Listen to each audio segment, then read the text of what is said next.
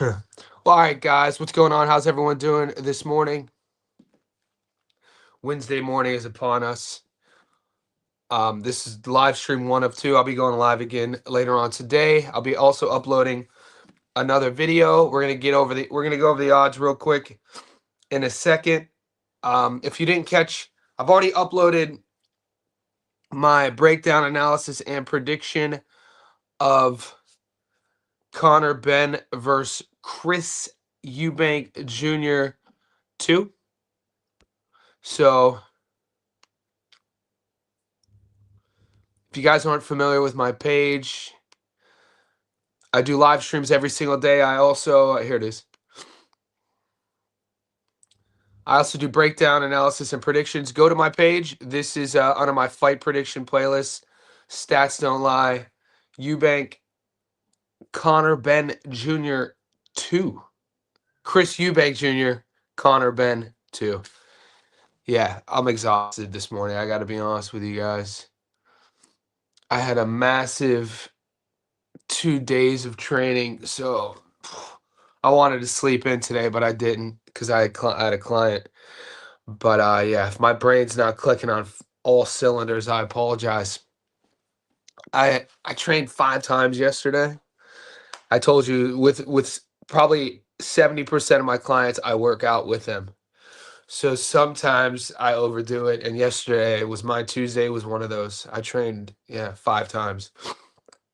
So when my alarm went off this morning at 4:45, I was like, whoo, it took a lot of me not to cancel, but I've never done that. As a coach, I've never once canceled a session because I was tired. So I just get through it. Already trained today. I did a 30-minute calisthenic live stream with one of my clients.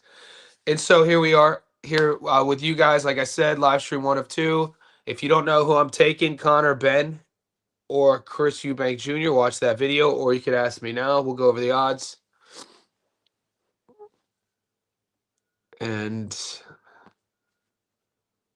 okay, there we go. So added some fights.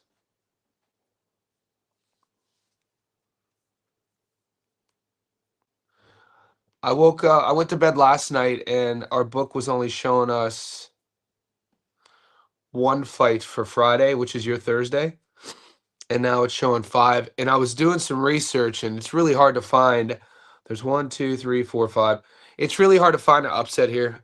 Some of you boys in the Discord were asking me, "Do you see any of these? Do you see any of these favorites losing?" And it's really hard for me to see any of these favorites losing. This is on. I'll show you the card real quick. Stephen Butler.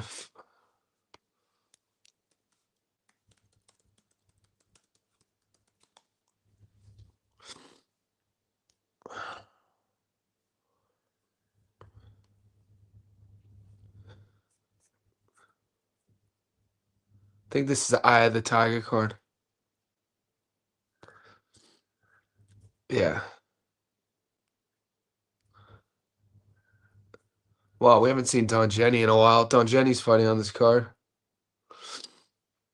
But this card is going down in Canada. The favorites: Butler, Arobio, Santana, and Fendero. There's some good fights on this card. Let's see that John Arobio versus Sonny Don Jenny. Let's see what those odds are. He's seen his better days, though.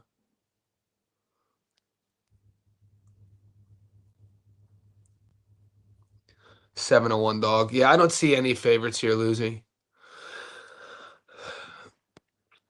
What's up, Choi B? Azim versus Kobe. Azim washes. Dude, I'm not high on Kurt Scobie. I think the odds are right. What is he, a 6-1 dog here? Yeah, 6-1. I rate at this stage of the game. I rate Adam Azim. I think this is a great matchup for him. This is a good matchup for him to look good. I could see him stopping him. $1.62. It's a good prop right here.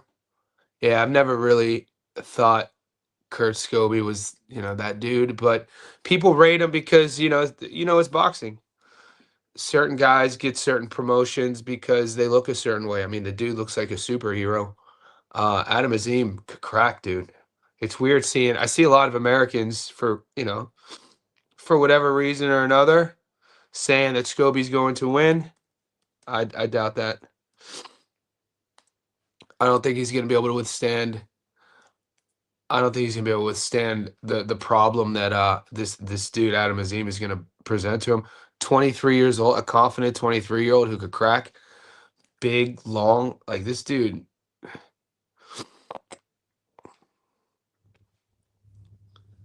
That's his amateur record. As a pro, 13-0, 10 knockouts, 5'10". I mean, obviously his win over Sergey Lipnitz, it wasn't Lipnitz in his prime. He's beaten O'Hari Davis. He's decent names. I think they're moving him. I think they're moving him along well. So Scobie has knockout power, but speed is slow. Yeah. I mean, that Linger fight is a real head scratcher. 18 wins, 16 knockouts. He got beat against Dakota Linger, got stopped. I mean, what's his best win? Stopping Haskell Rhodes, is that his best win? I mean, a 31-7 Haskell Rhodes. A 31-13 Hank Lundy, is that his best win? Apologize. My allergies are killing me this morning. Sydney, if you guys didn't know, you probably wouldn't know unless you live here. Sydney, Australia has the highest pollen count than any place in the world. So this time of the year, mate, if you struggle with allergies like myself, it's really hard to breathe. It's one of the downsides of living here is the pollen and the just all the allergies in the air, the allergens. All right, guys, how do you see? I'm gonna put so this is Eubank versus Benn 2.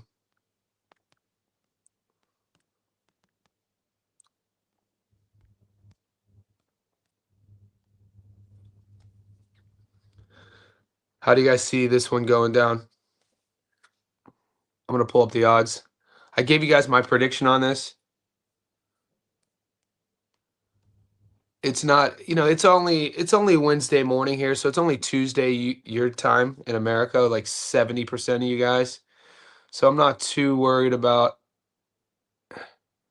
not a lot of people are, filling in on this fight yet. Last week we had more heat on the Tiger versus Nick Flass fight, and obviously Virgil versus Lubin. But my prediction's up. It's probably going to be controversial to a lot of you guys considering who I took in the first fight. Yeah, so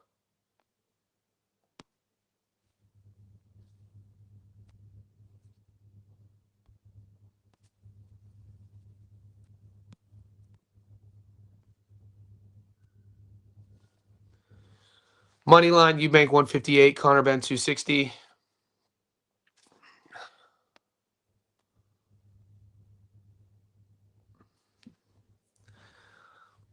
I don't see, when I was breaking this fight down, doing my prediction,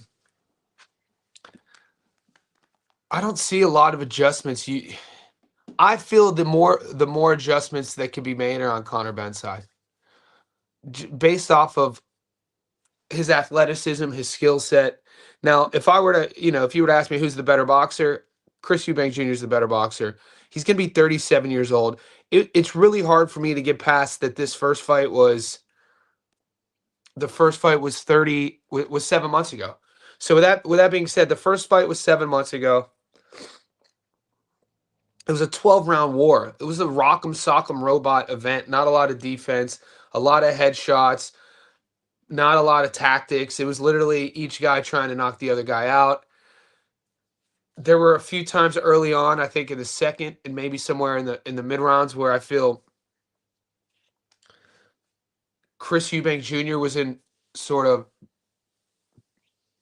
he probably had the rougher moments in the fight. I feel if you look, he's the one who looked like he was out on his feet, not out on his feet, but stunned a couple times. His legs looked wobbly in the second or third. I feel that with Ben making some adjustments with his gas tank, making some adjustments with his approach, his wheelhouse is going to be in the pocket. I feel he should headhunt way less, work the body way earlier. I feel he should not fight Eubank at range. That if Chris Eubank Jr. was smart, he would use his jab more and he would fight him at range and he would limit the exchanges in the pocket. Will that happen? I don't think it's going to happen. I think we're going to see kind of a similar fight to the first one. I don't like Eubank Jr. being 36, 37. I don't like the fight being 7 months ago. I don't like all the damage he took. I'm taking Ben here. So that's my pick. Ben on the money line, 260.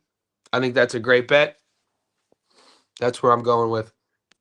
Let's see where you guys are at today. All outcomes possible. Bomac will tighten the fundamentals.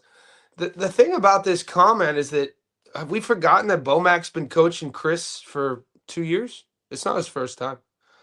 He coached him. He started coaching him in 2023, just because I don't think he was in his corner.